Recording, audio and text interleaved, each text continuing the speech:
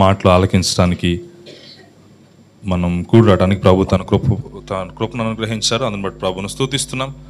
మరొకసారి మీ అందరికీ ప్రేమపూర్వక వందనాలు తెలియజేస్తున్నాను. చిన్న ప్రార్థన చేసుకొని మరలా మన రెండవ సెషన్ మనం ప్రారంభించుకుందాం. ప్రియమైన మా పరలోకపు తండ్రి, మిమ్మల్ని స్తుతిస్తున్నాం. ప్రభువా, మీరు మాకు అనుగ్రహించిన ఈ తరుణానికై మీకు వందనాలు. మీలో మరింత బలపరచబడుటకు, మా విశ్వాసం స్థిరపరచబడుటకు మీరు మాకు అనుగ్రహిస్తున్న ప్రతి విధమైన వనరులకై మిమ్మల్ని స్తుతిస్తున్నాం. ప్రభువా తండ్రి, నాయన మేము నేర్చుకుంటున్న విషయాల ద్వారా ఎక్కడ మా విశ్వాసంలో నుండి తొలగిపోయే స్థితికి మేము వెళ్లకుండా మా విశ్వాసం స్థిరపరచబడే స్థితిలో మాత్రమే ఉండునట్లుగా మీ కృపనిమ్మని వేడుకుంటున్నాం. ప్రభువా, మధ్యాహ్న కాలపు సమయంలో ఉండే నిద్ర భారం నుండి తొలగించండి. ఆయన ప్రభువా, మీ లేఖంలో నుండి సత్యాలను గ్రహించినట్లుగా మీరే మా కనులు తెరవమని యేసు ప్రభు నామమున అడుగుచున్నాం తండ్రి, ఆమేన్. మీరు ఈ యొక్క మన మీటింగ్లో పొద్దుటి నుంచి ఇప్పటి వరకు ఏమన్నా వ్యత్యాసాన్ని గమనించారా? పొద్దున అంతటికి ఈ మీటింగ్కి ఏమైనా వ్యత్యాసాన్ని గమనించారా? ఏంటా వ్యత్యాసం? ఎవరన్నా ఏమన్నా వ్యత్యాసాన్ని గమనించారా? లేదు, ఇది దీనికి సంబంధించిన ప్రశ్న కాదు, నేను మామూలుగానే అడిగాను మిమ్మల్ని. పొట్ట బరువుగా ఉందంట లాభన, వాస్తవం అంకుల్. ఇంకేమైనా వ్యత్యాసాన్ని గమనించారా? మైక్ సౌండ్ కూడా వ్యత్యాసం ఉంది. ఇంకా నిద్ర వస్తుంది, అది జెన్యూన్ కన్సర్న్ అది ఇప్పుడు ప్రస్తుతం. ఇంకేమన్నా మీరు గమనించిన ఒక విషయం చెప్పమంటారా? దైవజన్ లెజ్జర్ అన్న ఇంతవరకు స్టాండ్ కింద పెట్టారు, ఇప్పుడు పైన పెట్టారు. అది ఎందుకొరకు అంటే ఆ కింద పెడితే హైట్ సరిపోవట్లేదు అనుకుంటే యజ్రాన్కి, నన్ను చూపించడానికి. కాబట్టి యజ్రాన్ స్టాండ్ పైన పెట్టారు. ఆ విషయాన్ని మీరు ఎవరు గమనించలేదు. గమనించారా? సరే, గమనించినా కానీ నాకెందుకు చెప్పలేదంటే మళ్ళీ నేను అనుకుంటానని చెప్పలేదు మీరు. But that's fine. కొంచెం నిద్ర భారం నుండి మనం తొలగింపబడి దేవుని మాటలు మనం ఆలకించడానికి మనం ప్రయత్నం చేద్దాం. ఇందాక సెషన్లో అసలు అపాలజెటిక్స్ అంటే ఏంటో, క్రైస్తవ ప్రతివాదన యొక్క అవసరత ఏంటో మనం చూసాం. ఈ క్రైస్తవ ప్రతివాదనలో ఉన్న అడ్డంకులను కూడా మనం చూసాం. ఆ విశ్వాసము, హేతు అనేవి రెండు వైరుధ్యాలని, వీటిని ఒకదాంతో ఒకటి వీటికి సంబంధం లేదని మన క్రైస్తవ్యంలోనే, క్రైస్తవ సమాజాల్లోనే ప్రబలుతున్న ఈ యొక్క బోధను, విశ్వాసాన్ని తప్పుదారిలో నిర్వచించే బోధనను మనం కొంచెం గమనించడానికి ప్రయత్నం చేశాం. ఈ అపాలజెటిక్స్లో ఫెయిత్ అండ్ రీజన్ అంటే విశ్వాసం, హేతు అనే ఈ సబ్జెక్ట్, ఈ టాపిక్ గురించే బయట కాలేజెస్లో కనీసం ఒక 2-3 వీక్స్ మాట్లాడతాం. ఒక్క సెషన్లో ఇవన్నీ కంప్లీట్ చేయటం, సంపూర్తి వివరాలు ఇవ్వటం సాధ్యం కాదు కనుక కొన్ని వివరాలు మాత్రమే అందించి ముందుకు వెళ్ళిపోతున్నాం. రాబోయే సెషన్స్లో కూడా ఇక్కడ చెప్పబడుతుందే సమస్తం అని మీరు ఎవరు కూడా అనుకోవద్దు. ఎందుకంటే మనకున్న కొద్ది సమయంలో కొన్ని వివరాలు తెలుసుకొని ఏ రీతిగా క్రైస్తవ ప్రతివాదనను మనం నేర్చుకోగలం అని మాత్రమే మనం చూస్తున్నాం. విశ్వాసానికి హేతుకున్న ఒక చిన్న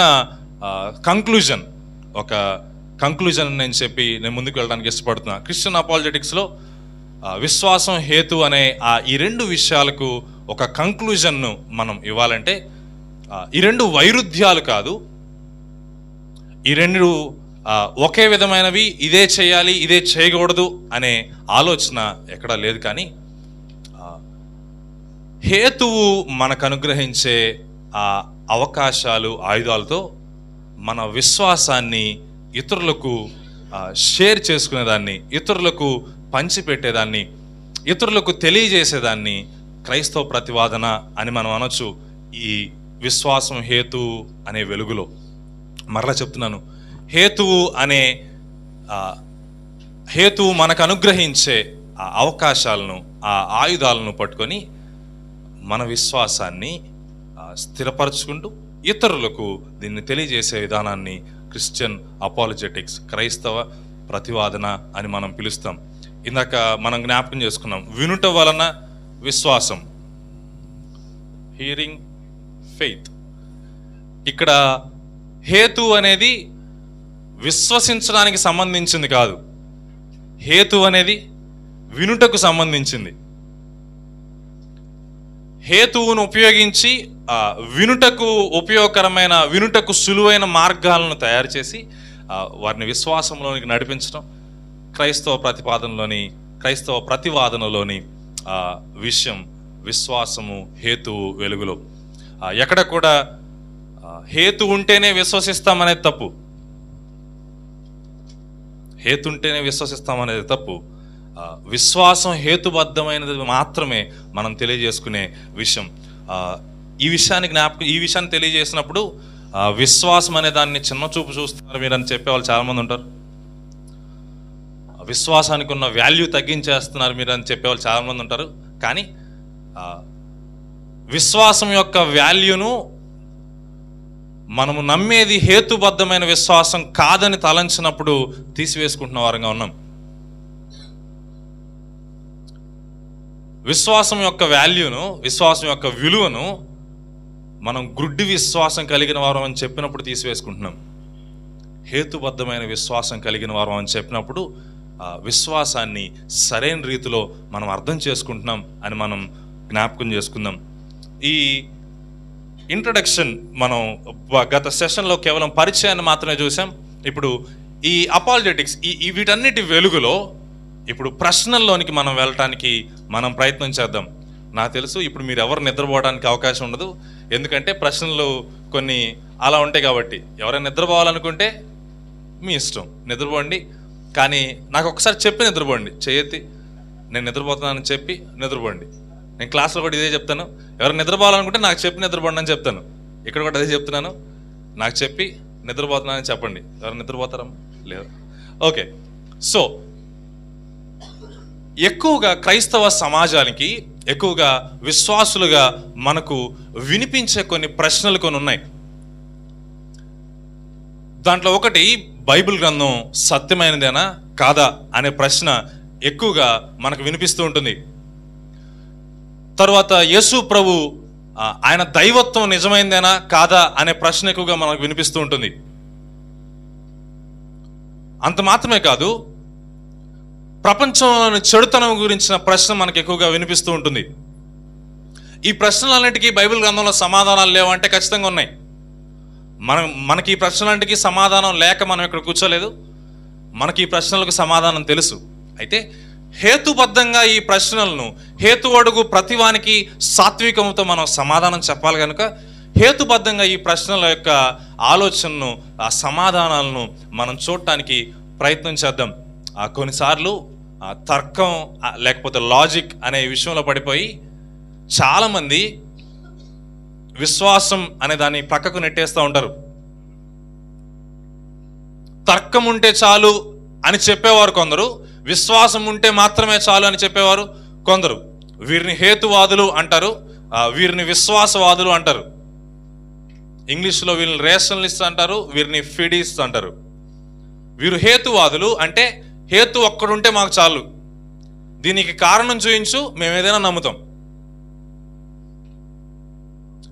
విశ్వాసం అంటే ఫిడైజం అనే దాంట్లో మాకు విశ్వాసం ఉంది కాబట్టి మేము ఏదైనా నమ్ముతాం. ఈ రెండు ఎక్స్ట్రీమ్స్ లాంటివి, నార్త్ పోల్ సౌత్ పోల్ లాంటివి రెండు. అపాలజెటిక్స్ ఈ రెండు ఒకే దగ్గర ఉండాలని మనకు తెలియజేస్తుంది. ఈ రెండు ఎంతెంత శాతంలో ఉండాలని అపాలజెటిక్స్ తెలియజేయదు. క్రైస్తవ ప్రతివాదంలో ఈ రెండు విషయాలు ఎంత శాతంలో ఉండాలి, ఇది కొంత శాతం, ఇది కొంత శాతం అనే విషయాలు తెలియజేయదు. విశ్వాసాన్ని ప్రామాణికంగా ఉంచుతూ హేతువు ద్వారా ఈ విశ్వాసం ప్రజలకు స్పష్టంగా అర్థమయ్యే విధంగా తెలియపరిచేదే క్రైస్తవ ప్రతివాదన. ఇప్పుడు ఇటువంటి ప్రశ్నలు చాలా ప్రపంచంలో మనకు కనిపిస్తాయి. ఈ ప్రశ్నలన్నీ ఒక సాధారణమైన ఫండమెంటల్ బేసిక్ క్వశ్చన్కి మనం తీసుకుని వెళ్తాయి. అసలు దేవుడు ఉన్నాడా? దేవుడు ఉన్నాడా?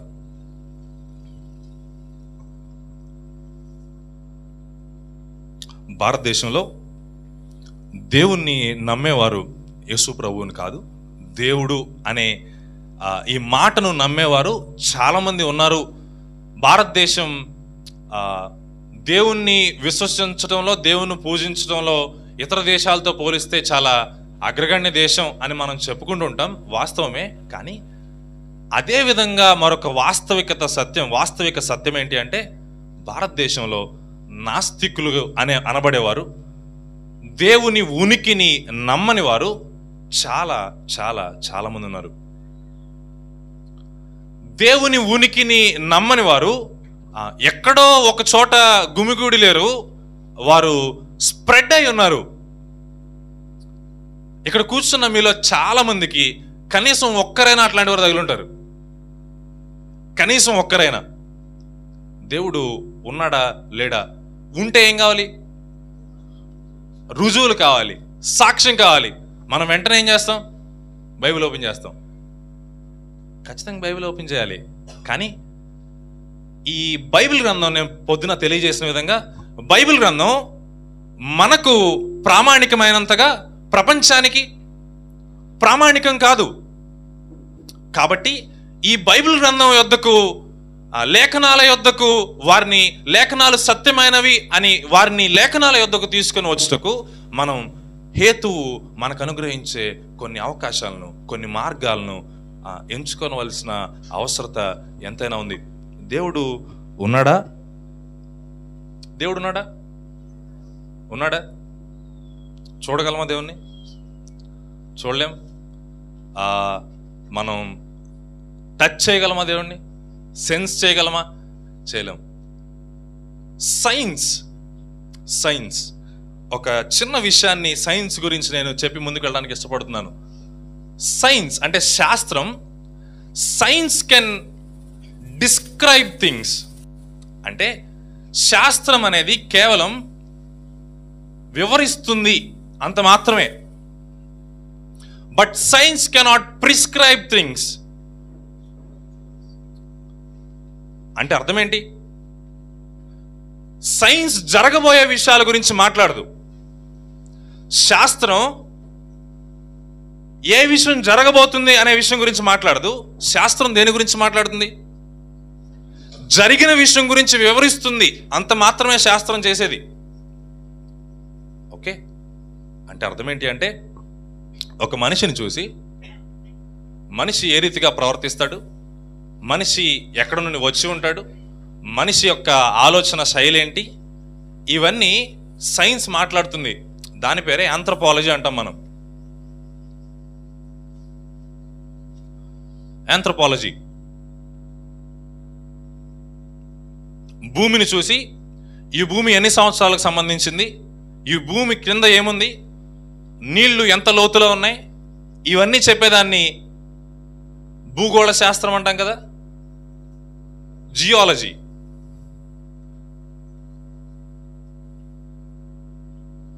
ఇప్పుడు సైన్స్ అనేది ఆంథ్రోపాలజీ అండ్ జియాలజీ, ఇవన్నీ చాలా స్ట్రీమ్స్ ఉన్నాయి సైన్స్లో, తర్వాత మాట్లాడుకుందాం. ఈ సైన్స్ అనేది భూమిని చూచి వివరాలు తెలియజేస్తుందా, భూమి లేకుండా వివరాలు తెలియజేస్తుందా? భూమిని చూచి వివరాలు తెలియజేస్తుంది.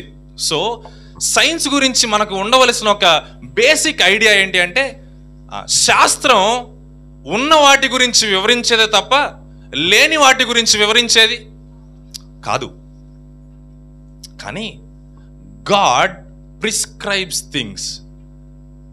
సైన్స్కి దేవునికి ఉన్న ఆ వ్యత్యాసాన్ని మనం ఖచ్చితంగా గమనించగలగాలి. Science describes things, but God prescribes things.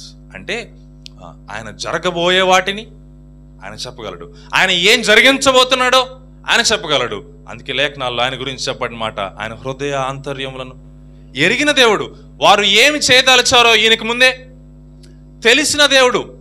Okay, ఇప్పటి నుండి నేను బైబిల్ గ్రంథాన్ని కొంచెం చాలా తక్కువగా మీకు కోట్ చేస్తాను. కొంచెం కాన్సన్ట్రేటెడ్గా ఇటు వినాలని మనవి చేస్తున్నాను. ఎందుకంటే ఈ శాస్త్రాలు ఇవన్నీ మనకు సంబంధించినవి కాదు అని మీ చాలామంది ముఖాల మీద నాకు కనిపిస్తుంది. కానీ చాలా ఆసక్తికరంగా ఈ విషయాన్ని మనం ఆలకించడానికి ప్రయత్నం చేద్దాం. నేను ఆ రీతిగా చెప్పడానికి ప్రయత్నం చేస్తాను.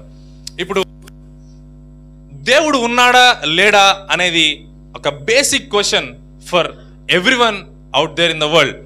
నాస్తికులకు కావచ్చు, అంత మాత్రమే కాదు, విశ్వాసులంగా ఇక్కడ కూర్చున్న వారిలో కూడా దేవుడు ఉన్నాడా లేడా అని చెప్తే మనకు పుట్టిన దగ్గర నుండి దేవుడు ఉన్నాడు అని చెప్పబడింది కాబట్టి ఖచ్చితంగా ఉన్నాడనే చెప్తాం.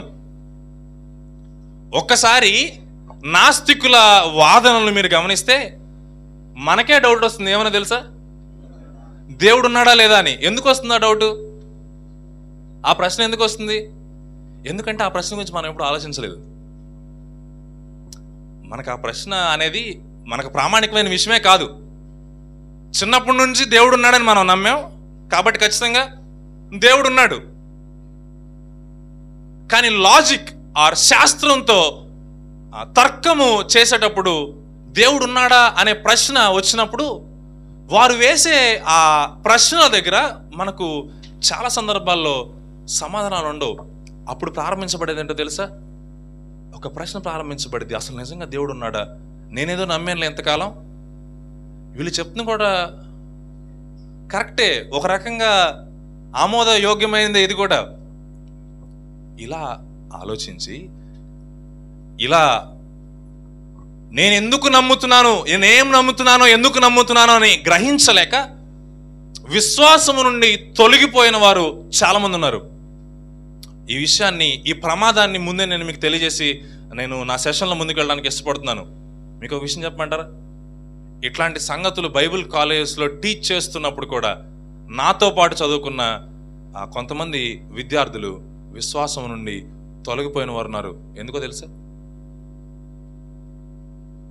దేవుడు ఉన్నాడని నేను చిన్నప్పటి నుంచి నమ్మాను, కానీ యాక్చువల్గా చూస్తే దేవుడు లేడేమో.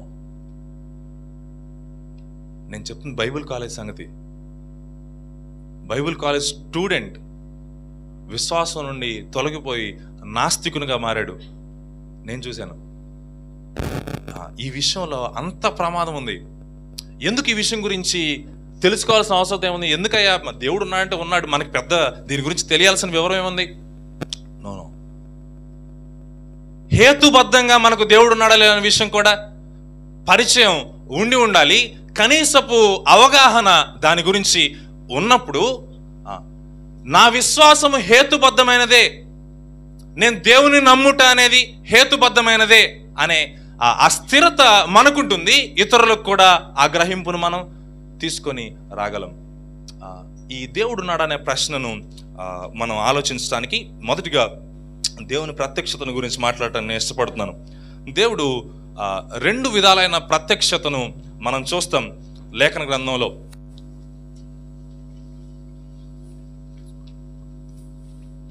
రెండు విధాలైన ప్రత్యక్షతను మనం చూస్తాం. మొదటిది ఇట్స్ కాల్డ్ జనరల్ రివలేషన్, సాధారణమైన ప్రత్యక్షత. మొదటిది జనరల్ రెవల్యూషన్, రెండోది స్పెషల్ రెవల్యూషన్ అంటాం, ప్రత్యేకమైన ప్రత్యక్షత.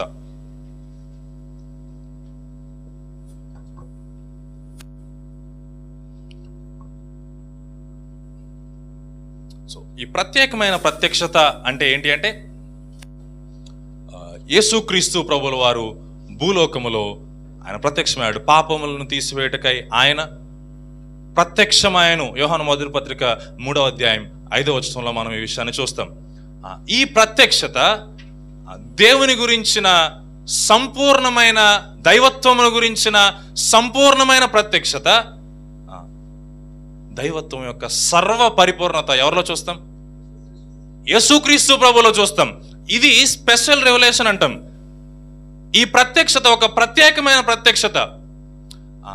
అంతవరకు ప్రపంచానికి యేసు ప్రభు జన్మించేంత వరకు ఈ ప్రత్యేకమైన ప్రత్యక్షత అనేది లేదు. యేసు ప్రభు భూలోకములో జన్మించిన తర్వాత మాత్రమే ఈ ప్రత్యేకమైన ప్రత్యక్షతకు ఒక ఆధారం, ఒక ప్రారంభాన్ని మనం చూస్తాం. అంతకంటే ముందుగా మనం గమనించేది జనరల్ రెవల్యూషన్. ఈ ప్రత్యేకమైన ప్రత్యక్షతలో దేవుడు కొంతమంది వ్యక్తులకు కొన్ని ప్రత్యేకమైన విధానాల్లో ప్రత్యక్షమైన రీతిని కూడా మనం గమనించవచ్చు. కానీ ఈ స్పెషల్ రెవల్యూషన్ అనేది ఎక్స్క్లూజివ్గా ఒక్క విషయంలో జ్ఞాపకం చేసుకోవాలంటే, అల్టిమేట్గా దేవుణ్ణి మానవునకు ప్రత్యక్షం చేసింది యేసుక్రీస్తు ప్రభువుల వారి ద్వారా మాత్రమే. యేసుక్రీస్తు ప్రభువుల వారి ద్వారా మాత్రమే. జనరల్ రెవల్యూషన్ అంటే సాధారణమైన ప్రత్యక్షత. యేసు ప్రభు ద్వారా ఆ దైవత్వం యొక్క సర్వ పరిపూర్ణతను మనం గమనించాం. అయితే ఈ దైవత్వాన్ని యేసు ప్రభువుల వారి ద్వారా మాత్రమే కాకుండా దేవుడు ఇతర మార్గంలో కూడా తెలుసుకోవడానికి మనకు అవకాశం అనుగ్రహించాడు. ఈ స్పెషల్ రెవల్యూషన్ కంటే ముందు, యేసు ప్రభువుల వారు భూలోకంలో ప్రత్యక్షమయ్యే దానికంటే ముందు దేవుడు దైవత్వమును ఇతర రీతులలో ప్రదర్శించిన వాడుగా ఉన్నాడు. రోమాపత్రిక తిరుగుద్దామా? రోమాపత్రిక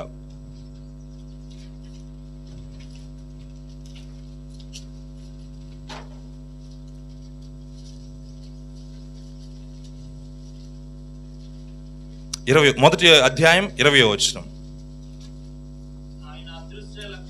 ఆయన అదృశ్య లక్షణములు అనగా ఆయన నిత్య శక్తియు దేవత్వమును జగదుత్పత్తి మొదలుకొని సృష్టింపబడిన వస్తువులను ఆలోచించడం వలన తేటపడుచున్నవి గనుక. దేవుని దైవత్వం ఏ రీతిగా తేటపరచబడుతుంది? సృష్టింపబడిన వస్తువుల వలన ఆలోచించుట వలన తేటపడుచున్నది. ఎవరి గురించి తేటపడుతుంది? దేవుని గురించి తేటపడుతుంది. దీన్నే సాధారణమైన ప్రత్యక్షత అంటాం. ఈ సాధారణమైన ప్రత్యక్షత ప్రపంచంలో ఎవరైనా గమనించేది. సృష్టింపబడిన వస్తువుల ఆలోచించుట వలన, సృష్టించబడిన వాటిని గురించిన ఆలోచించుట వలన దేవుని అదృశ్య లక్షణములు అనగా నిత్యశక్తి, దైవత్వం స్పష్టమవుతా ఉంది. ఇందాక నేను జ్ఞాపకం చేసినట్టు సృష్టించబడిన చెట్లను చూస్తూ ఉంటే ఏమర్థం అవుతుంది? ఏం అర్థం కావాలి? ప్రజలకు అర్థం కాకపోయినా సృష్టించబడిన చెట్టును చూసినప్పుడు, సృష్టించబడిన ఈ సృష్టాన్ని చూసినప్పుడు దేవుడు గురించిన నిత్య లక్షణాలు అర్థం కావలసి ఉన్నాయి. ఇప్పుడు ట్రీ, బోటనీ అంటాం కదా, అవునా? వృక్షాలను గురించి పరిశోధించేది బోటనీ అనా? బోటనీ అనా? రైట్, నాకు తెలుసు, మిమ్మల్ని కూడా పరీక్షించాను. భూమిని గురించి పరిశోధన చేసేది జియాలజీ. మానవుడి గురించి మనం చూసి చేసే పరిశోధనల గురించి మాట్లాడుతున్నాను. మానవుడి గురించి చేసేది ఆంథ్రోపాలజీ, ఇంకా బయాలజీ, అవునా? ఇంకేమున్నాయి ఆలజీస్? జువాలజీ. ఇట్లా చెప్పుకుంటూ పోతే చాలా ఆలజీసే ఉన్నాయి. ఇవన్నీ దేని గురించి? మనం చూసి పరిశోధించదగినవి.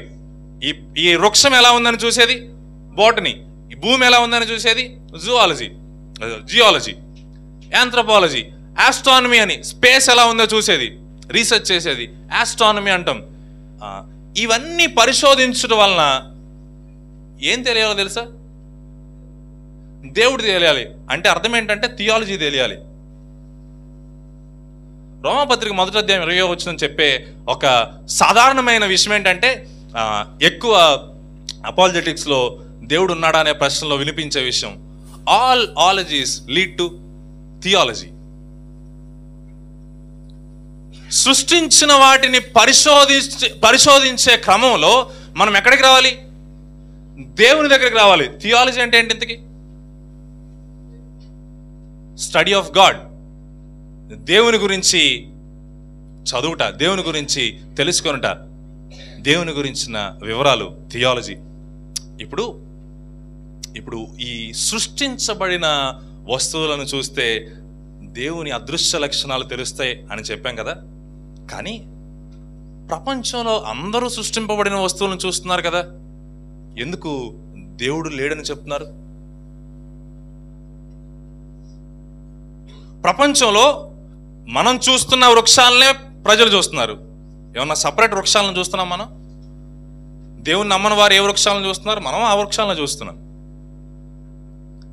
ఈ సృష్టించబడిన వస్తువులను చూస్తే బైబిల్ గ్రంథం ప్రకారం దేవుడు అర్థం కావాలి, కానీ దేవుడు లేడు అని ప్రజలు చెప్తున్నారు. ఇప్పుడు బైబిల్ గ్రంథం తప్ప, వారు చెప్పే మాట తప్ప? మనకు వారు చెప్పే మాట తప్పు, కానీ వారికి బైబిల్ గ్రంథం తప్పు. అపాలజెటిక్స్ నేర్చుకుంటుంది ఎందుకంటే మనం ఎందుకు ఇప్పుడు లేఖనాల్లో ఇది ఉందయ్యా ఖచ్చితంగా మీరు తెలుసుకోవాలి అంటే, బైబిల్ గ్రంథం ఎవరో రాశారండి. బైబిల్ గ్రంథం కేవలం కట్టు కదండి. అసలు బైబిల్ గ్రంథంలో ఉందని నమ్మటానికి ఆధారం ఏంటి? అసలు బైబిల్ గ్రంథాన్ని నేను ఎందుకు నమ్మాలి? బైబిల్ గురించి అపాలజెటిక్స్ చెప్తున్నప్పుడు రేపు ప్రభు చిత్తమైతే ఆ విషయాలు మనం చూద్దాం. కానీ ఒక లేఖనమే సత్యం అవ్వాలైతే దేవుని నిత్యశక్తి, దైవత్వం, సృష్టిని చూస్తున్నప్పుడు అర్థం కావాలి కదా. కానీ ఎందుకు అర్థం కావట్లేదు? ఇంకా ఒక ప్రశ్న, అసలు నిజంగా అర్థం కావట్లేదా? అసలు నిజంగా అర్థం కావట్లేదా, లేకపోతే బైబిల్ తప్ప? ఈ ప్రశ్నలు మనలను కొంచెం శాస్త్రంలోకి తీసుకుని వెళ్తాయి.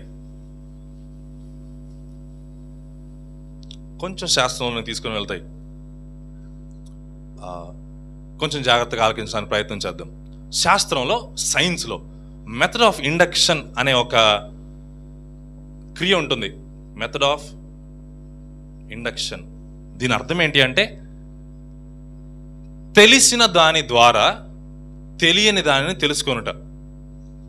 ఓకే, తెలిసిన దాని ద్వారా తెలియని దానిని తెలుసుకొనుట, దీనిని మెథడ్ ఆఫ్ ఇండక్షన్ అంటాం. సైన్స్లో మనకు కనిపించే చాలా శాస్త్రాలు దీని ఆధారితంగా మనకు కనిపించేవే.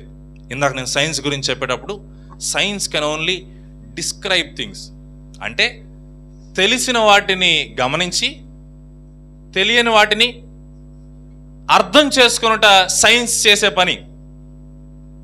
మీకు దీనికి ఉదాహరణ ఒకటి చెప్పాలంటే, దాదాపుగా చరిత్రలో అరిస్టాటిల్ అనే ఒక సైంటిస్ట్ కాలం వరకు కూడా భూమి బల్లపరుపుగా ఉంది అని నమ్మేవారు.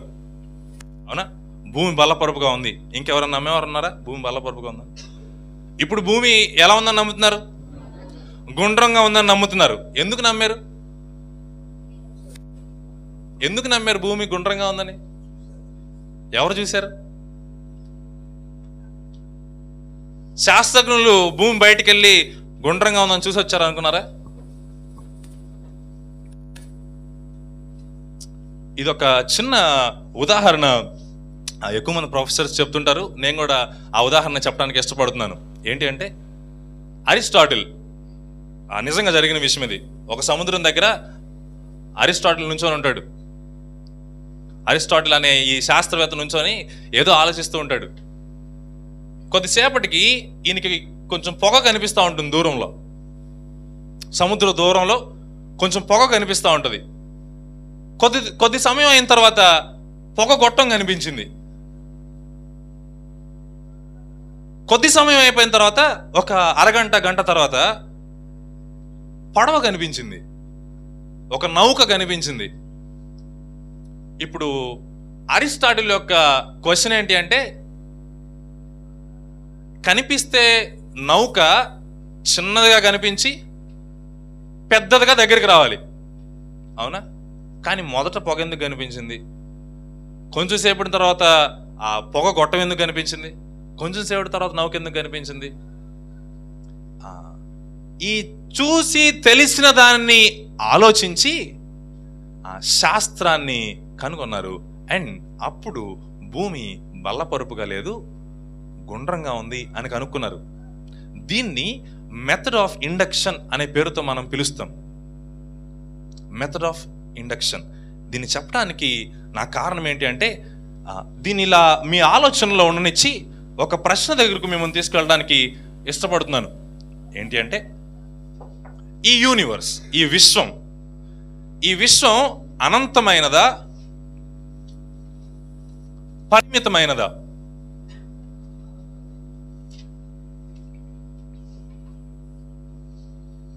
ఈ విశ్వం అనంతమైనదా, పరిమితమైనదా? ఓకే, మళ్ళా అడుగుతున్నాను, చాలా జాగ్రత్తగా మీరు దీన్ని సమాధానం చెప్పవలసి ఉంటుంది. ఈ విశ్వం అనంతమైనదా, పరిమితమైనదా? పరిమితం అంటే కొంతవరకే.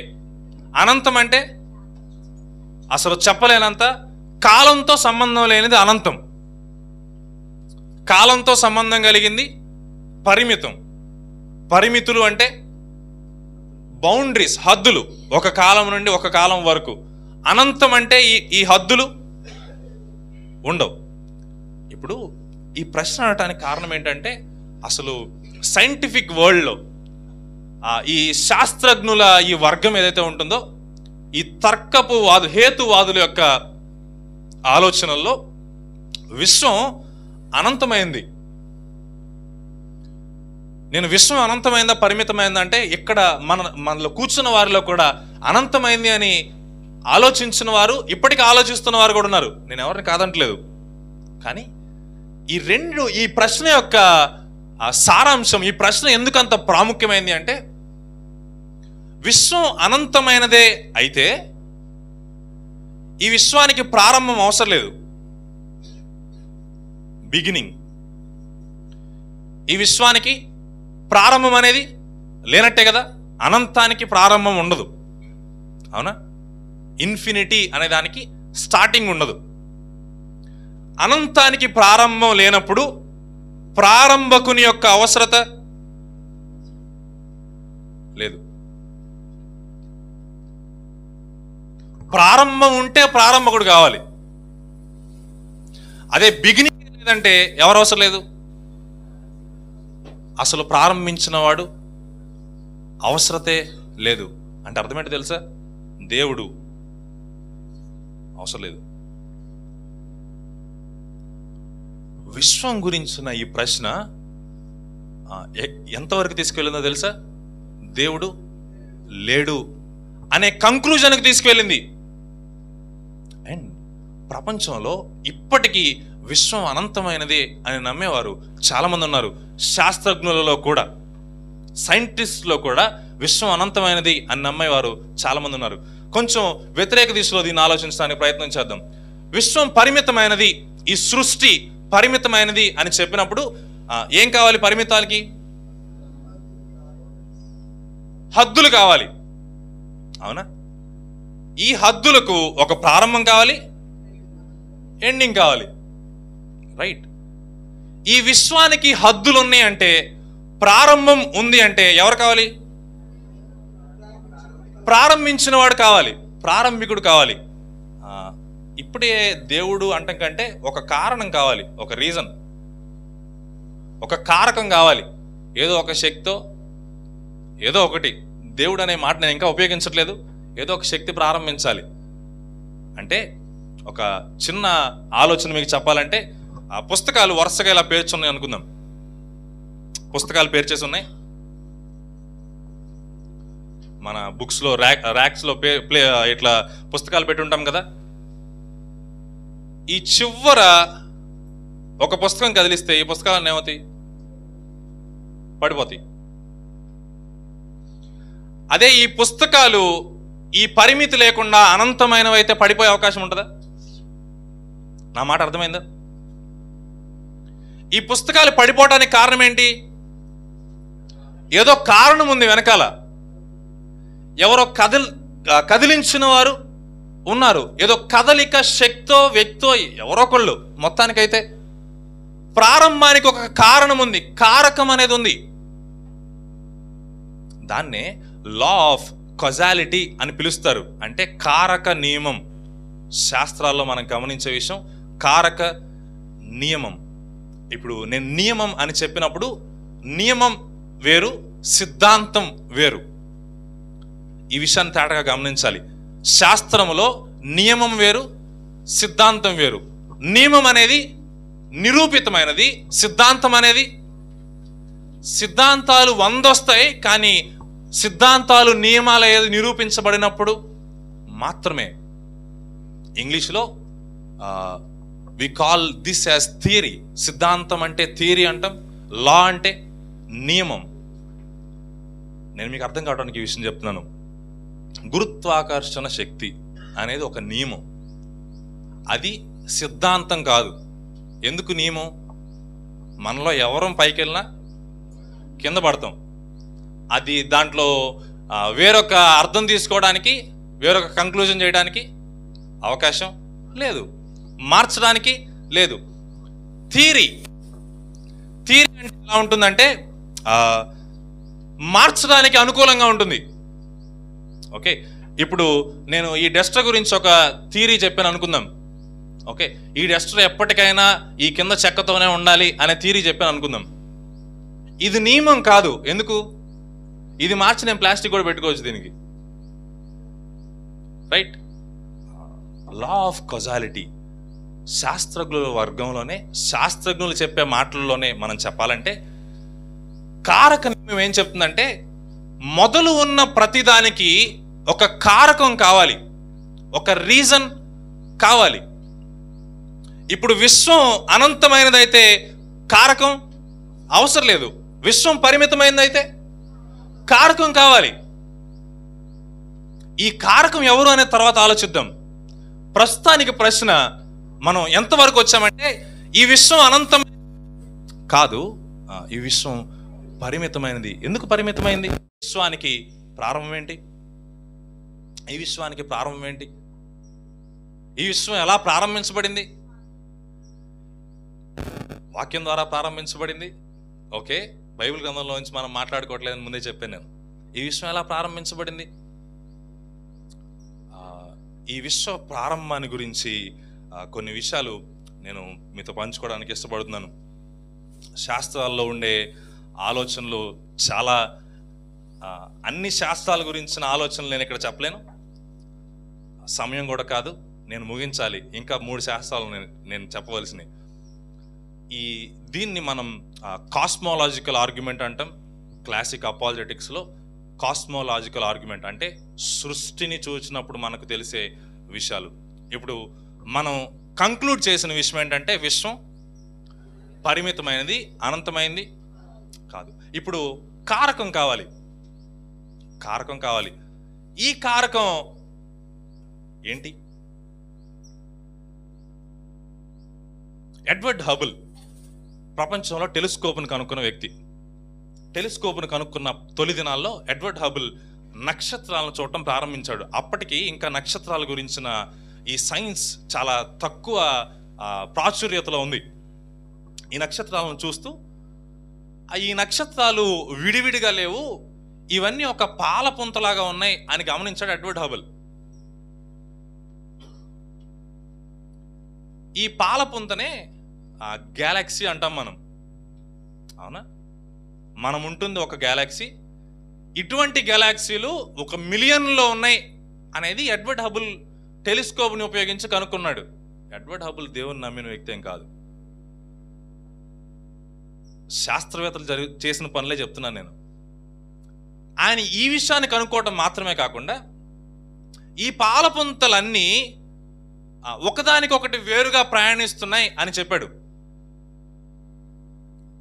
మీరందరూ నిద్రపోవట్లేదు, నాకు చాలా సంతోషంగా ఉంది, చాలా ఇంట్రెస్ట్గా వింటున్నారు ఈ విషయాన్ని. ఈ పాలపుంతలన్నీ ఒకదానికొకటి విభిన్నంగా నడుస్తున్నాయని చెప్పాడు ఈ ఎడ్వర్డ్ హబుల్ టెలిస్కోప్ ఉపయోగించి.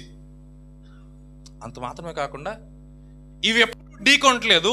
ఎందుకు అంటే ఈ పాలపుంతలన్నీ ఒక్క పాయింట్ నుంచే ప్రారంభించబడుతున్నాయి.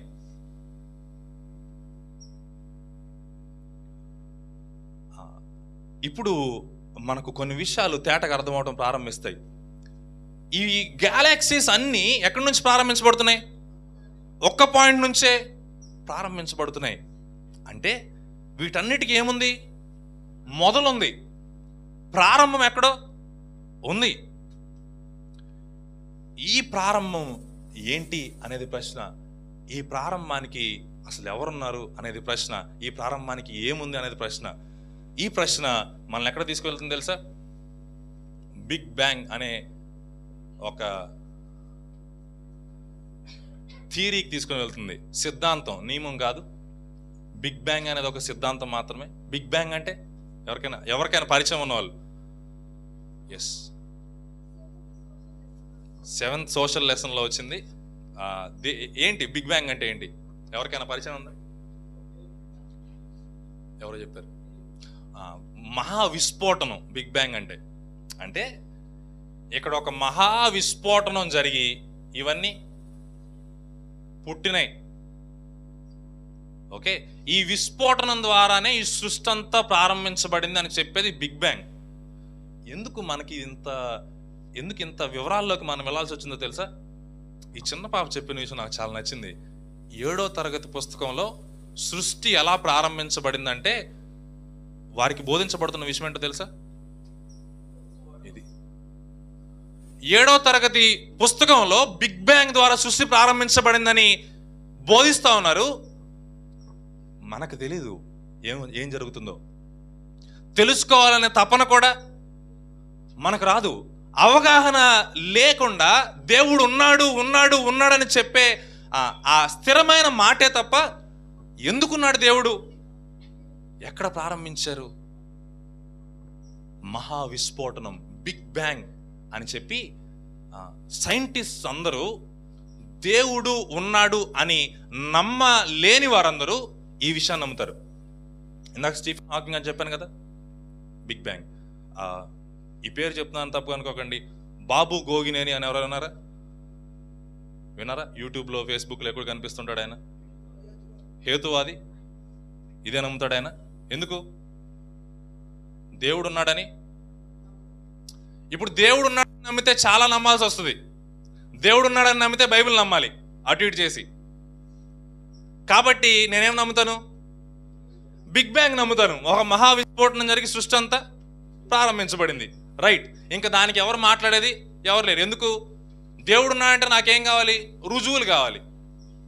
మహా విస్ఫోటనానికి రుజువులే మరి దానికి ఉండవు. నేను చెప్పిన మాట అర్థమైందా? ఈ మహా విస్ఫోటనానికి రుజువులు ఏమైనా ఉన్నాయా? దీనికి రుజువులు లేవు, కానీ దీన్నే నమ్ముతాను. ఎందుకు? దేవుడు ఉన్నాడని మాత్రం నేను నమ్మను. నాస్తికులలో చాలా మంది బిగ్ బ్యాంగ్ థియరీని నమ్మేవారు ఉన్నారు, మహా విస్ఫోటనం జరిగిందని. ఇక్కడ నుండి ఒక డిజైన్ ఆర్గ్యుమెంట్ని చూపించడానికి నేను ఇష్టపడుతున్నాను. ఏంటి అంటే, ఇంకా నేను దేవుడు అనే అంశానికి రాలేదు. మొదలున్న ప్రతిదానికి ఒక కారకం కావాలి. ఆ కారకం ఏమై ఉండొచ్చు? బిగ్ బ్యాంగ్, మహా విస్ఫోటనం కూడా అయి ఉండొచ్చు.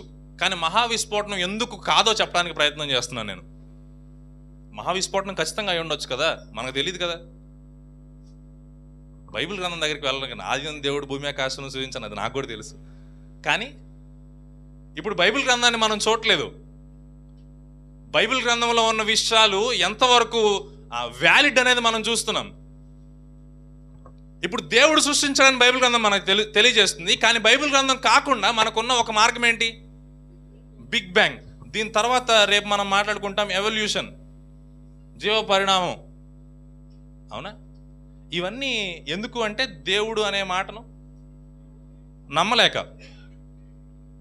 ఇప్పుడు మహా విస్ఫోటనం ద్వారా సృష్టి ఆరంభించబడలేదు అని చెప్పడానికి ఒక చిన్న విషయాన్ని నేను చూపించడానికి ఇష్టపడుతున్నాను. ఏంటి అంటే, ఒక ఆకుంది అనుకుందాం, చెట్టుకి ఒక ఆకుంది. దీన్ని డిజైన్ అని పేరు పెట్టుకోండి. డిజైన్ ఆర్గ్యుమెంట్ అంటాం, టెలియోలాజికల్ ఆర్గ్యుమెంట్ అంటాం. ఆ పదాలు మీకు నేను ఆ పదాలు చెప్పి కన్ఫ్యూజ్ చేయడానికి ఇష్టపడలేదు. కానీ డిజైన్ ఆర్గ్యుమెంట్లో ఆకు మీద కొన్ని ఆకారాలు మీరు గమనిస్తారు, అవునా? కొన్ని రూపాలు మీరు గమనిస్తారు. ఇది ఎవరైనా తయారు చేస్తారా? ఇది ఎవరు తయారు చేయరు. దీన్ని సింపుల్ డిజైన్ అంటాం. ఇది సాధారణ రూపకల్పన, ఇది సింపుల్ డిజైన్. రైట్. ఇటువంటివి మీరు చాలా గమనించగలరు, అవునా? ఇప్పుడు ఇక్కడ గీతలు ఉన్నాయా? దీంట్లోంచి ఏమైనా తెలుస్తుందా? నాకైతే ఏం తెలియదు, మీకేమైనా తెలిస్తే మంచిది. దీనికి ఎవరైనా డిజైన్ చేస్తారా? దీన్ని సాధారణమైన డిజైన్ అంటాం మనం, సింపుల్ డిజైన్. ఓకే, ఇది సింపుల్ కాదు, తర్వాత మాట్లాడతాను దీని గురించి. అయితే దీన్ని సింపుల్ డిజైన్, కొత్తగా ఎవరు చేసేది ఏమీ లేదు. ఒక డ్యామ్ తీసుకుందాం. ఓకే, వాటర్ వస్తూ ఉన్నాయి, నీళ్ళు వస్తూ ఉన్నాయి. ఒక డ్యామ్ తీసుకుందాం. ఇప్పుడు నీళ్ళు వచ్చే మార్గం అదొక సాధారణమైన మార్గం. దాన్ని ఎవరైనా క్రియేట్ చేస్తారా? ఎవరు చేయరు. కానీ డ్యామ్ అనేది కాంప్లెక్స్ డిజైన్ అంటాం. కాంప్లెక్స్ డిజైన్ అంటే సంక్లిష్టమైన రూపకల్పన. డ్యామ్ అనేది సంక్లిష్టమైన రూపకల్పన. ఎందుకు ఈ రెండింటికి వ్యత్యాసాన్ని చూపించడానికి నేను ఇష్టపడుతున్నానంటే, ఇది ఎవరు డిజైన్ చేయని అవసరం లేదు. దీన్ని ఎవరైనా డిజైన్ చేస్తే తప్ప రాదు. నేను సివిల్ ఇంజనీరింగ్ చదువుకున్నాను. సివిల్ ఇంజనీరింగ్లో ఈ డిజైన్ చేయడానికి 20 పేజీలు నేను రాయాలి. దానికి నాకేం కావాలి? ఆలోచించాలి. ఒక్క చోట తప్పు చేసినా కానీ మొత్తం కొట్టేస్తారు, ఎగ్జామ్లో ఫెయిల్ అవుతాను నేను. ఎంత ఆలోచన కావాలి దీన్ని రాయటానికి? దీని వెనకాల పనిచేస్తే ఇంజనీర్లు ఎంతమందో తెలుసా? ఎప్పుడైనా నాగార్జున సాగర్ కానీ అక్కడ కానీ వెళితే దీని వెనకాల పనిచేసే ఇంజనీర్లు ఎంతమంది ఉంటారో తెలుసా? నీళ్లు అంతవరకు తీసుకురావడానికి ఎవరైనా ఇంజనీర్లు కావాలా? దీనికి ఎవరు కావాలి? ఇంజనీర్లు కావాలి. ఇప్పుడు ఇంకొంచెం ఆలోచనకు మేము తీసుకెళ్ళడానికి ఇష్టపడుతున్నాను. ఈ నదుల వెంట కొన్ని రాళ్ళు, కొండలు ఉంటాయి కదా, కొండల మధ్యలోని నది ప్రవహిస్తూ ఉంటుంది కదా. ఈ నది ప్రవాహానికి ఆ ఒరవడికి రాళ్ళు అరుగుతూ ఉంటాయి. ఆ కొండలకి కొన్ని ఛాయలు ఏర్పడుతూ ఉంటాయి, కొన్ని రూపాలు ఏర్పడుతూ ఉంటాయి. అవునా? దాన్ని సాధారణమైన డిజైన్ అంటాం, సాధారణమైన రూపకల్పన. అది ఎవరైనా చేస్తున్నారా? కానీ అదే రాయిని ఒక శిల్పంగా శిల్పి చెక్కుతాడు. నీళ్ల ఒరవడితో శిల్పాలు రావు. నేను చెప్పిన మాట అర్థమైంది అనుకుంటున్నాను. నీళ్ల ఒరవడితో శిల్పాలు రావు. రూపాలు వస్తాయి కానీ శిల్పాలు రావు. ఆ శిల్పాలు ఎలా వస్తాయి? ఎవరో ఒక వ్యక్తి చేయి పట్టుకొని చెక్కితే మాత్రమే శిల్పాలు వస్తాయి. ఎందుకు ఈ మాట తెలియజేస్తున్నా అంటే, మహావిస్ఫోటనం అనేది ప్రపంచంలో మానవుణ్ణి తయారు చేయలేదు. మహావిస్ఫోటం అనేది సంక్లిష్టమైన డిజైన్స్ను, రూపకల్పనలను చేయలేదు. ఎందుకు? ఈ మాట నేను చదవటానికి ప్రయత్నం చేస్తున్నాను. కొంచెం థియరిటికల్గా చదువుతాను, మీరు గమనించండి.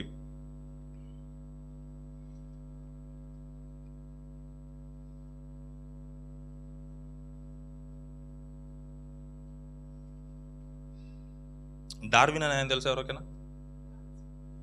ఎవరు డార్విన్? కోతి నుండి మనిషి వచ్చాడు అని చెప్పా. ఆయన చేసిన ఒక స్టేట్మెంట్, ఆయన గురించి రేపు చూద్దాం అవకాశం ఉంటే. ఆయన చేసిన ఒక స్టేట్మెంట్ ఏంటంటే, మానవుని కన్ను చూస్తే, మానవుని కన్ను ఏదైతే ఉందో, ఈ కన్నును చూస్తే ఈ కన్ను సాధారణంగా కలిగింది కాదు. ఓకే, మానవుని కన్ను చూసి కెమెరా అనే దాన్ని సృష్టించారు. ఫోన్లో కెమెరా ఉందా? అది ఎట్లా సృష్టించబడింది? మానవుని కన్ను యొక్క రూపకల్పన చూసే సృష్టించబడింది. రైట్? ఈ కన్ను సాధారణంగా వచ్చింది కాదు అని చెప్పాడు. కానీ డార్విన్ దేవుని నమ్మలేదు. చివరిలో నమ్మాడని కొంతమంది ప్రతిపాదించేవారు ఉన్నారు. ఆ ప్రతిపాదనతో మనకు పెద్ద ఇప్పుడు పని లేదు. ఎందుకు ఈ మాట తెలియజేస్తున్నానంటే, సంక్లిష్టమైన డిజైన్స్ అనేవి ప్రపంచంలో ఉన్నాయి. దానికి ఒక అద్భుతమైన ఉదాహరణ ఏంటి అంటే నీవు నేనే. రైట్?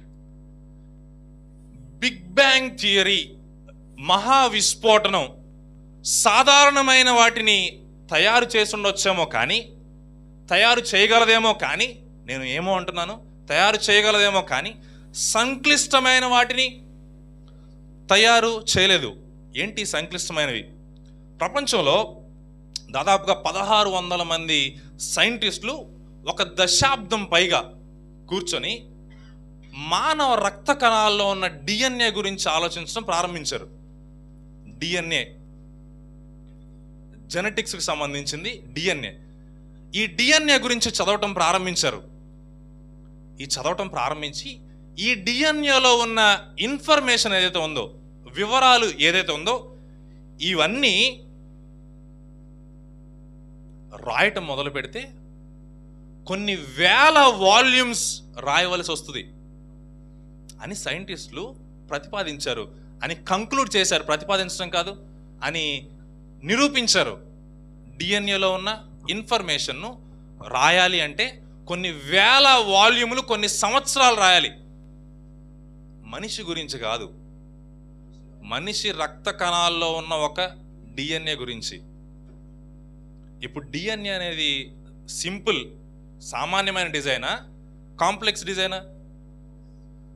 సంక్లిష్టమైన రూపకల్పన డిఎన్ఏ అనేది. ఇప్పుడు ఈ డిఎన్ఏ రాయటానికి 1600 మంది సైంటిస్టులు కూర్చొని రాయటం మొదలు పెడితే ఈ డిఎన్ఏను మహావిస్ఫోటనం ఎలా కలిగించగలదు?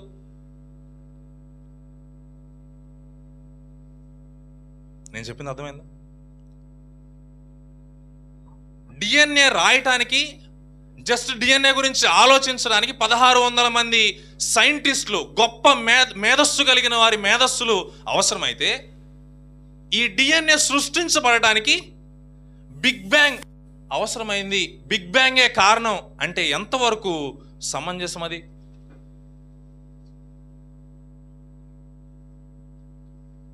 డిఎన్ఏను చూయించడానికి, ఆలోచించడానికి 1600 మంది సైంటిస్టులు కావాలైతే డిఎన్ఏను సృష్టించడానికి ఎవరు అవసరమై ఉంటారు? అనంత జ్ఞాని అయిన దేవుడు అవసరమై ఉంటాడు. బైబిల్ గ్రంథంలో చూడలేదు మనం. సృష్టింపబడిన వాటిని చూసినప్పుడు దేవుని అదృశ్య లక్షణములు, నిత్యశక్తి, దైవత్వం స్పష్టమవుతుంది. బైబిల్ గ్రంథంలో దేవుని గురించి రాయబడిన మాట ఏంటో తెలుసు? ఆయన అనంత జ్ఞానియగు దేవుడు. అనంత జ్ఞాని మాత్రమే డిఎన్ఏ వంటి సంక్లిష్టమైన రూపకల్పనలను చేయగలడు. ఇటువంటి ఎగ్జాంపుల్స్ చాలా చాలా చాలా ఇవ్వగలం మనం సంక్లిష్టమైన రూపకల్పనకి. కానీ ఇదొక్క ఉదాహరణ మాత్రమే మీతో కూడా ఉండాలని నేను ఇష్టపడుతున్నాను. ఎందుకంటే మన దేహంలో జరిగే విషయం ఇది. మన దేహంలో ఉండే డిఎన్ఏ గురించిన విషయం. డిఎన్ఏ వివరించడానికే 1600 మంది సైంటిస్టులు కావాలైతే డిఎన్ఏను కనిపెట్టడానికి ఒక విస్ఫోటనం జరిగితే డిఎన్ఏ ఎలా కనిపెట్టబడుతుంది? బిగ్ బ్యాంగ్ థియరీ ద్వారా, బిగ్ బ్యాంగ్ ద్వారా సృష్టి ప్రారంభించబడలేదు అనేది వాస్తవం. ఒకవేళ బిగ్ బ్యాంగ్ ద్వారానే ప్రారంభమైతే, బిగ్ బ్యాంగ్ ద్వారా ఇంత గొప్ప మేధస్సు కలిగిన, మేధో శక్తి కలిగిన డిఎన్ఏ ప్రారంభించబడింది అని మనం నమ్మితే ఇంకా మనల్ని ఏమనాలో తెలియదు. సైంటిస్టులు ఈ విషయాన్ని స్కిప్ చేసేయడానికి ప్రయత్నం చేస్తారు. సైంటిస్టులు ఏం చేస్తారో తెలుసా? దేవుని నమ్మని వారు ఈ విషయంతో మనకు సంబంధం లేదు, డిఎన్ఏతో మనకు సంబంధం లేదు. ఎందుకు? ఒకవేళ డిఎన్ఏ బిగ్ బ్యాంగ్ రెండు కలిపి చూస్తే బిగ్ బ్యాంగ్ డిఎన్ఏని కలుగు చేయలేదు. ఎక్కడైనా వాల్కెనో ఉందా? వాల్కెనో అంటే తెలుగులో ఏమంటారు? అగ్నిపర్వతం, క్షమించండి, అగ్నిపర్వతం ఉందా? ఈ అగ్నిపర్వతం పగిలినప్పుడు ఏమొస్తాయి? లావా వస్తుంది, ఇంకా కొండ చర్యలు విరిగి పడతాయి, అవునా? ఈ అగ్నిపర్వతం పగిలినప్పుడు ఎప్పుడైనా ఒక ఏనుగు, గుర్రం బయట రావడం చూసారా? అది ఎలా ఉంటుంది? ఒక గుర్రం బయటకు వస్తే సంక్లిష్టమైన డిజైన్ అవుతుంది అది. అగ్నిపర్వతం పగిలినప్పుడు కొండ చర్యలు బయటకు వస్తే సాధారణమైన విషయం అది. మహా విస్ఫోటనం ద్వారా, బిగ్ బ్యాంగ్ ద్వారా సృష్టి, విశ్వం ప్రారంభించబడలేదు. కానీ ఒక మేధస్సు కలిగిన ఆలోచన ఈ విశ్వం వెనక ఉంది అని విశ్వాన్ని చూస్తే మనకు అర్థమవుతుంది. ఈ విశ్వం కొనసాగుతున్న ప్రక్రియ, ఈ గెలాక్సీలో సూర్యుని చుట్టూ భూమి తిరుగుతూ ఉంది. 1 ఇంచ్ భూమి తన స్థాయిలో, తన క్షేత్రంలో కాకుండా ప్రక్కకు తిరిగితే భూమి మీద మనం ఎవరు ఉన్నాం? ఎంత మేధస్సు కలిగిన ఆలోచన ఈ సృష్టి వెనక ఉండాలి. ఈ సృష్టి వెనక మేధస్సు కలిగిన ఆలోచన ఉంటే, మేధస్సు అంటే మైండ్ ఉన్న వాళ్ళు ఎవరైనా ఉండాలి. మైండ్ ఉండాలంటే వ్యక్తి అయి ఉండాలి. మేధస్సు ఉండాలంటే విస్ఫోటనానికి మేధస్సు ఉండదు. మేధస్సు ఉండాలంటే ఏం కావాలి? ఎవరు కావాలి? వ్యక్తి కావాలి. ఆ వ్యక్తినే దేవుడు అంటాం. దేవుడు ఉన్నాడా? సృష్టి వెనుక ఈ అనంత జ్ఞాని అయిన దేవుడు ఖచ్చితంగా ఉన్నాడు అని చెప్పేదానికి అద్భుతమైన ఉదాహరణ నేనే. మనలో ఉన్న వాటిని, మనం నిర్మింపబడిన రీతిని మనం గమనించినప్పుడు భయమును ఆశ్చర్యమును కలుగుతుంది. దాంతో పాటుగా దేవుడు ఉన్నాడనే సత్యం తెలియపరచబడుతుంది. అనంత జ్ఞాని అయిన దేవుడు మన దేవుడు. ఇప్పుడు కారక నియమం అనేది చెప్పాను కదా ఇందాక. మొదలున్న ప్రతిదానికి ఏం కావాలి? కారకం కావాలి, ఒక కారణం కావాలి.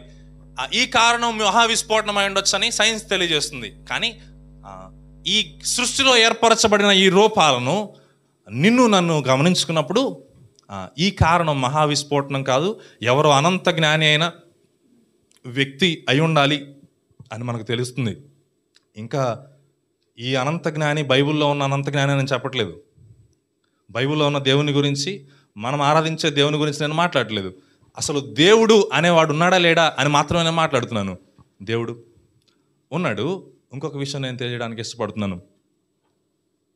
2 చిన్న విషయాలు ముగించేస్తాను. మానవులందరిలో దీన్ని యాక్సియోలాజికల్ లా అంటాం. మానవులందరిలో ఏ మూలకు ప్రపంచంలో మీరు వెళ్ళినా నైతికత అనేది ఉంటుంది మానవుల్లో. అంటే మంచేదో చెడేదో తెలుసుకునే ఆ సామర్థ్యం ఉంటుంది. ఏ మూలకి మీరు ప్రపంచంలో వెళ్ళండి. అందుకే నైతిక సంబంధం ప్రతి దేశానికి కొన్ని నియమావళులు, కాన్స్టిట్యూషన్స్ అన్నీ ఉంటాయి. దేనికి సంబంధించివి? నైతిక విలువలకు సంబంధించినవి.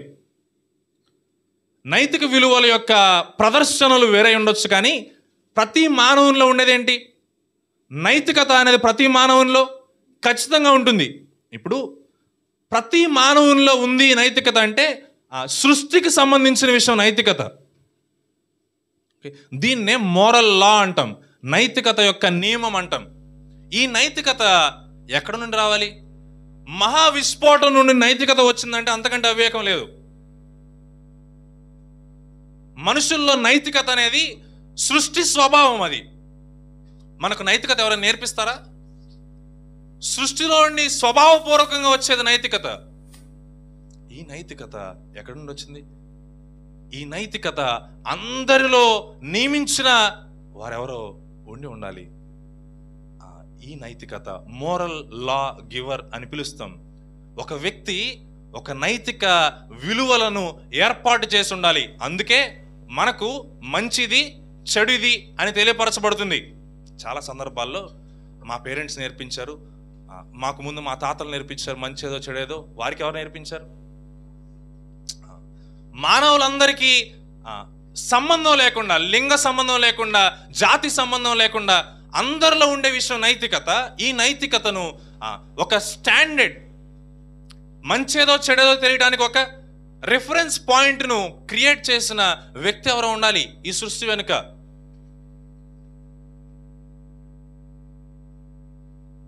మహావిస్ఫోటనం ద్వారా నైతికత ప్రారంభించబడదు. ఇంకొక చిన్న విషయం చెప్పి నేను ముగిస్తున్నాను. మానవుడు సంబంధాలు కోరుకునేవాడు. మానవ సృష్టిలోనే ఇతరులతో సంబంధం ఏర్పరచుకోవాలనే ఆలోచన ఉంటుంది. సంబంధాలు లేకుండా మానవుడు లేడు. మానవ సృష్టి స్వభావమే ఇతరులతో సంబంధాన్ని ఏర్పరచుకునే స్వభావం. ఎక్కడి నుండి ప్రారంభించబడింది ఇది? సోషియాలజీ, సంబంధాలు, సహవాసాలు ఎక్కడి నుండి ప్రారంభించబడ్డాయి? మానవుడు ప్రేమ పిపాసి అన్నారు ఎవరో. అవునా? పిశాచి కాదు, పిపాసి. అవునా? ఎందుకు? ప్రేమ లేకుండా మానవుడు ఉండలేడు. సహవాసం లేకుండా మానవుడు ఉండలేడు. ఎవరితో ఒకరితో సంబంధం మానవునికి ఖచ్చితంగా కావాలి. ఎక్కడి నుండి వచ్చింది ఈ సంబంధాల బాంధవ్యాలు? ఈ సంబంధం ఏర్పాటు ఎక్కడి నుంచి వచ్చింది? ఆ ప్రశ్న మనను బైబిల్ గ్రంథంలో దేవుడు ఈయన అని చెప్పబడిన దేవుని దగ్గర తీసుకువెళ్తుంది. మనం ఆరాధించే దేవుడు త్రియేక దేవుడు. త్రిత్వములో తండ్రి, కుమార, పరిశుద్ధాత్మలు సహవాసం కలిగిన వారు, సంబంధం కలిగిన వారు, ప్రేమ వారి మధ్య మనం చూస్తాం. అందుకే సంబంధ బాంధవ్యాలు దేవునిలో ఉన్నాయి, దేవుడు సృష్టించిన మానవుల్లో కూడా ఖచ్చితంగా ఉంటాయి. అందుకే నీవు నేను త్రియేక దేవుణ్ణి ఆరాధిస్తాం. త్రిత్వం అనే ఈ అంశం తర్వాత ప్రభు చిత్తం అయితే మనం ఆలోచిద్దాం. కానీ వ్యక్తిత్వంలో బహుళత్వం కలిగి ఉనికిలో ఏకత్వం కలిగి ఉన్న త్రియేక దేవుని మనం ఆరాధిస్తాం.